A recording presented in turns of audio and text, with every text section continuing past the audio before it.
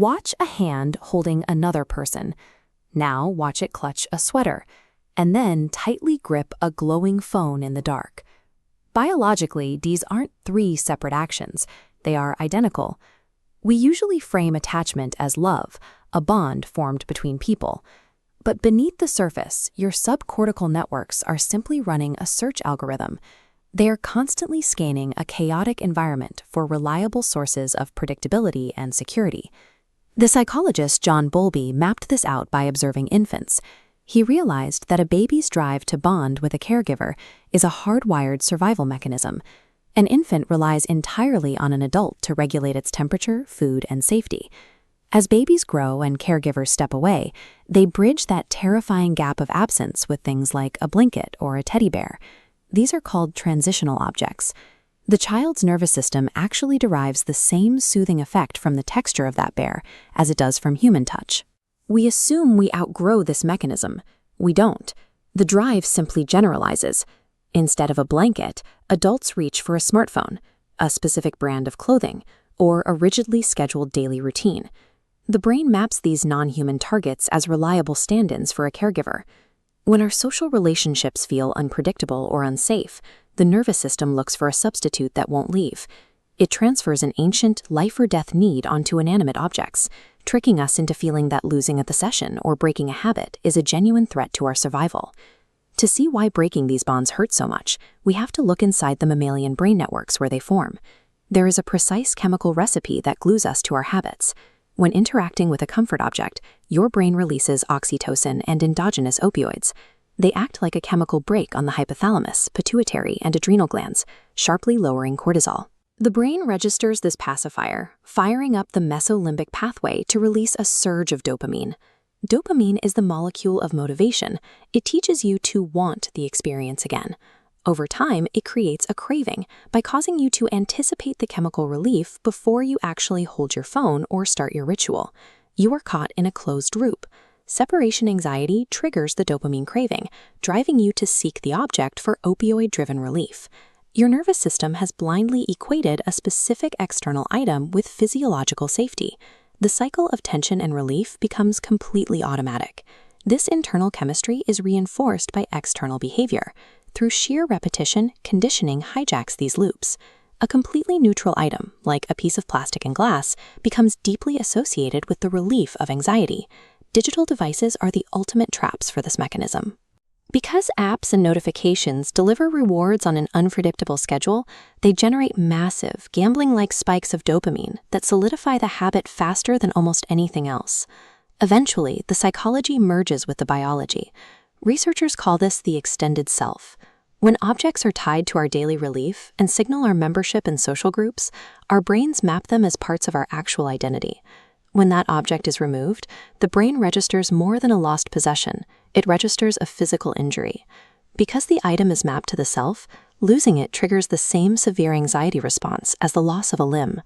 By outsourcing our emotional regulation to these external targets, the brain atrophies its internal ability to self-soothe.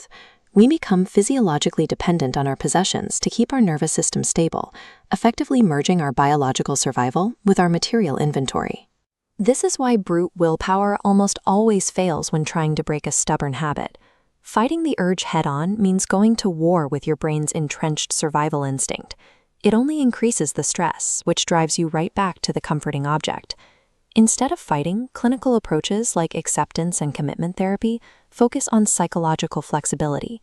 This is the practice of simply accepting the uncomfortable feeling of separation, rather than scrambling to fix it. One technique is called urge surfing. You observe the physical sensations of the craving, the racing heart, the tightening chest, and you just watch it rise and fall without immediately reacting to it. By stepping back to observe the craving, you insert a pause. You break the automatic loop, proving to your nervous system that it can survive discomfort without leaning on an external crutch. Once you create that pause, you can use cognitive behavioral therapy to actively rewrite the brain's conditioned map. This relies on a mechanism called extinction learning. This is a clinical flowchart outlining specific detachment strategies based on the severity of the attachment. A common approach here is graded exposure. You systematically spend short, then longer periods away from the object. This forces the brain to unlearn the fear response by seeing that nothing terrible happens when the item is missing. Depending on the intensity of the bond, different tactics apply. Mild cases might need simple habit reversal, while severe, addictive patterns require strict environmental cue control, like physically removing triggers from your home entirely. The final step is behavioral activation. Because removing the attachment leaves a massive dopamine and oxytocin deficit, you have to intentionally design new, healthier routines, like exercise or social outings, to naturally fill that neurochemical void. True detachment is the reclamation of autonomic control. By dismantling these conditioned loops, we shift the responsibility for our safety from external props. First up is cognitive behavioral therapy, or CBT.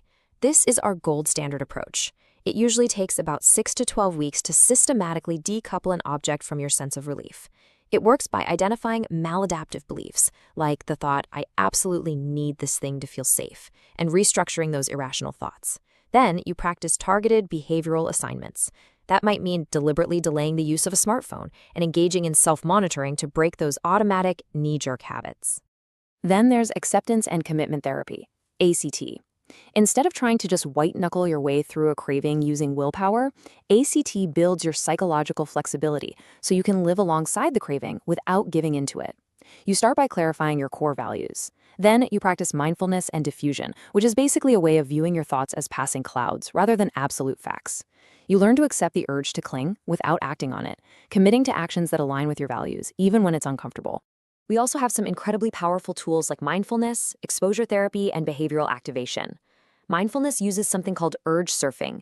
You basically observe your craving without judging it, which helps break the automatic response. Exposure therapy is great for severe anxiety. It has you gradually face being separated from an object until the fear response goes away. Meanwhile, behavioral activation physically rewires your environment. You systematically schedule highly rewarding alternative habits to take the place of the old attachment.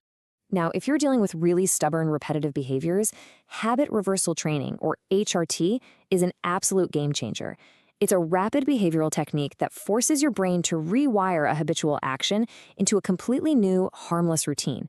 You identify the exact context or cue, mindfully catch the impulse early, and then you perform a competing physical response. So instead of reaching for the attachment, you might drink some water or clench your fists. Practice that daily, and you'll see real reductions in about 2 to 6 weeks. But you know what? Sometimes the simplest strategies are actually the most effective right out of the gate. Environmental design and social support are pragmatic and hugely powerful. Just completely removing the visual cue from your space, like taking the comfort object out of your bedroom or installing website blockers, can create immediate, lasting behavioral changes by just killing the trigger entirely. Combine that with social support, like having a friend hold you accountable, and you leverage our natural human need for connection to help you detach. Finally, Section 6, the action plan. Let's figure out how to choose your path. As we can see, there really is a specific evidence-based tool for literally every level of attachment severity. For example, CBT and exposure therapy are your heavy hitters for entrenched attachments, like addiction. Those take weeks to months. On the flip side, environmental design gives you an immediate effect for milder, cue-based habits like endless doom scrolling.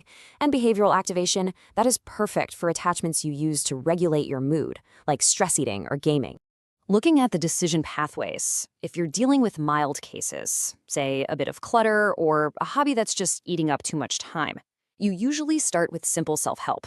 You can implement some mindfulness breaks, remove the triggers from your environment, and lean on your friends to help guide your habits back to a healthy baseline. But for the heavy lifting, things like moderate to severe functional impairment, clinical hoarding, or deep addictions, that's when you need structured intervention.